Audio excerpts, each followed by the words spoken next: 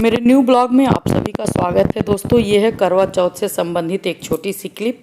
तो कुछ एक दिन पहले की है, कुछ करवा चौथ के दिन की। तो ये है एक दिन पहले की। तो मैंने सबसे पहले अपने अलमारी को सजाया, क्योंकि मेरी अलमारी बहुत अस्त व्यस्त पड़ी थी। जब मैं अपनी पूजा की साड़ी निकालने गई तो देखा, सबसे पहले हमने सोचा कि इसको सही करते हैं। तो आधी तो हो गई है, उसके बाद शाम हो गई, आधी मैं कल करूँगी, कल या परसों करूँगी। उसके बाद मैं खाना बनाई। खाना बनाने के बाद मैं जब आई बिस्तर पे सोने के लिए तो हमने थोड़ी सी मेहंदी लगाई। उसके बाद मैं सो गई और अब उठी हूँ सुबह सुबह। तो सबसे पहले हमने दरवाज़ा खोला, बाहर की लाइट बुझाते हैं क्योंकि सुबह हो चुकी है। तो सबसे पहले मैं उठ के दरवाज़ा खोलती हूँ, उसके बाद लाइट बुझा के फिर मैं किचन में जाती हूँ। तो आज मेरा किचन भी अस्त व्यस्त पड़ा है, क्योंकि कल का जो काम था वो शाम से हमने शुरू किया तो बहुत लेट हो गया। तो हमने बर्तन वगैरह नहीं धोया, ऐसे ही छोड़ दिया है।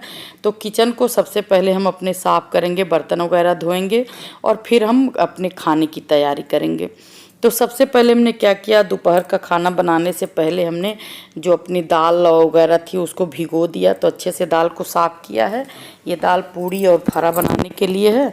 तो हमने उड़द की दाल और चने की दाल दोनों को धुल के अच्छे से साफ़ करके भिगो के रख दिया। उसके बाद हमने खाने में बनाया था तहरी, क्योंकि 2 लोग खाने वाले थे तो हमने तहरी बना दिया था, ताकि हमको ज़्यादा बर्तन वगैरह ना धोना पड़े और आसानी से हम अपना काम कर लें। उसके बाद हमने सबसे पहले क्या किया कि अपना जो पूजा का हमारा श्रृंगार का सामान था उसको हमने एक जगह रख दिया। एक जगह रखने से क्या होगा कि जब भी हम किचन से फुर्सत पाएंगे तो हम अपना सारा सामान अच्छे से एक जगह रख देंगे तो मिल जाएगा।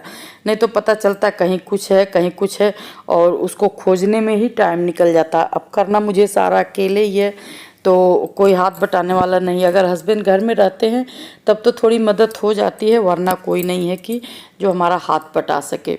तो मुझे सब A to Z खुद ही करना पड़ता है। तो हमने सारे सामान इकट्ठा करके रख दिए। उसके बाद मैं किचन में गई और खाना बनाने की तैयारी की। तो हमने देखिए दाल को फ्राई कर लिया है और ये सारी दालें पीस वगैरह मसाला वसाला डाल के रख दिया है। और उसके बाद मैं शाम जब हो गई है तो मैं आ गई हूँ पूजा करने छत पे। और मैंने पूरी वीडियो नहीं बनाई है, छोटी छोटी सी क्लिप है, क्योंकि ये भी काम मुझे अपने से ही करना पड़ता है, रिकॉर्डिंग वगैरह भी। तो हमने बस ट्राइपॉड लगा दिया, जो हमने जो सही सही क्लिप थी उसको निकाल लिया है, बाकी हमने हटा दिया है। तो पूजा करने के लिए मैं छत पे आ गई हूँ। और हमारे यहाँ चावल के आटे का चांद बनता है, पता नहीं आपके यहाँ अगर बनता होगा। और चांद और गौर हम लोग बनाते हैं उसी का। और उसके बाद यहाँ पूजा होता है, जब चांद निकल आता है पूजा करने के बाद, अर्घ वगैरह देने के बाद फिर मैं जब नीचे जाऊंगी तो मैं आपको दिखाऊंगी कि हमने खाने में क्या क्या बनाया है।